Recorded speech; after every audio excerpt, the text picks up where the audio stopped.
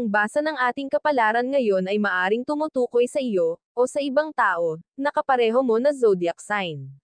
Ito ay isang simpleng gabay po lamang. Tanging ang Panginoon lamang ang siyang nakakaalam sa magaganap sa ating buhay. Gawing gabay at libangan lamang. Tagalog Chinese Horoscope. October 20, 2023.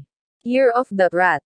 Hindi mapagtatakpan ng isang pagkukunwari ang katotohanan. Kaya wala kang dapat ipag-alala.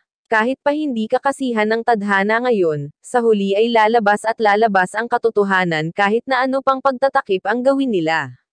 Maswerteng numero, 3, 9, 12, 40.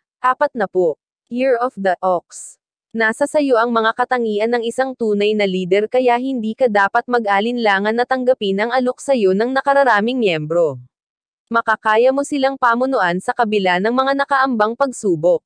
Maswerteng numero, 18, 32, 35, 56. Year of the Tiger. Higit kaninuman ay ikaw ang nakakaalam kung ano ang mas makakabuti para sa iyong mga anak kaya huwag kang mabahali sa gagawin mong pagpapasya. Walang magagawang buti sa iyo ang mga sismosa sa paligid mo. Maswerteng numero, 7, 16, 23, 25. Year of the Rabbit. Ang inaakala mong pagkakataon na hindi na darating sa buhay mo ay magaganap ngayon. Hindi mo na ito inaasahan kaya naman labis ang pagkabigla at sayang mararamdaman mo. Hindi mo na mapapansin ang problemang iniinda. Maswerteng numero, 10, 21, 27, 38. Year of the Dragon. Magiging mapalad ka sa araw na ito dahil sa isang tao na malapit sa puso mo. Ang swerteng ihahatid niya sa iyo ang magiging dahilan ng ngiti sa iyong mga labi sa loob ng maghapon hanggang sa pagtulog mo sa gabi.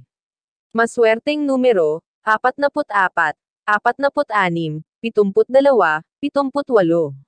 Year of the Snake. Ang kamalasan mo ngayong araw ay may kaugnayan sa iyong bagong negosyo. Mali ang diskarteng ginagawa mo kaya naman sasablay ang araw na ito para sa iyo.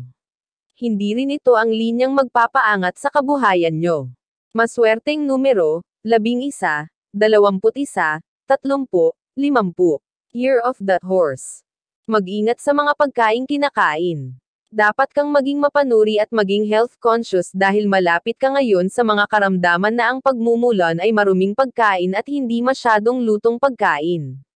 Maswerteng numero, 25, 33, 47, 65. Year of the Sheep. Kung alam mo nang mali ang iyong ginagawa ay dapat mo na itong tigilan. Maniwala ka sa good karma at bad karma. Kung ayaw mo na maranasan ang huli ay gawin mo ang una. Hindi mo na dapat hintayin pa na madama mong mabuti ang pagkakamali. Maswerteng numero, 18, 24, 26, 34. Year of the Monkey.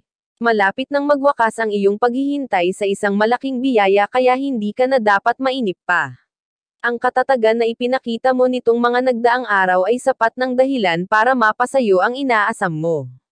Maswerteng numero, 13, 14, 45, 56.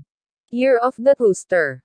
Isang tao mula sa iyong nakaraan ang magbabalik, subalit hindi para maging bahagi ulit ng buhay mo kundi para ipaalala sa iyo ang obligasyon na halos nakalimutan mo na dahil sa mga bagong kaibigan na pumasok sa buhay mo. Maswerteng numero, 35, 38, 50, 60. Year of the Dog. Makakaramdam ka ng takot dahil muling mananariwa sa iyo ang multo ng iyong nakaraan. Hindi mo na ito gustong maalala subalit sasagi ito sa isip mo nang hindi sinasadya dahil sa isang bagong kakilala na may kinalaman dito. Maswerteng numero, 20, 31, 54, 66. Year of the Pig. Isang magandang araw ito para sa'yo. Magiging masaya ang pakikipagbonding sa iyong buong pamilya. Ngayon mo lang ulit mararanasan ang tunay na saya ng buhay nang hindi nakaharap sa internet at mga kaibigan sa social media. Maswerteng numero, 55, 68, 69, 73. Iyan ang Tagalog Chinese Horoscope. October 20, 2023. Maraming salamat.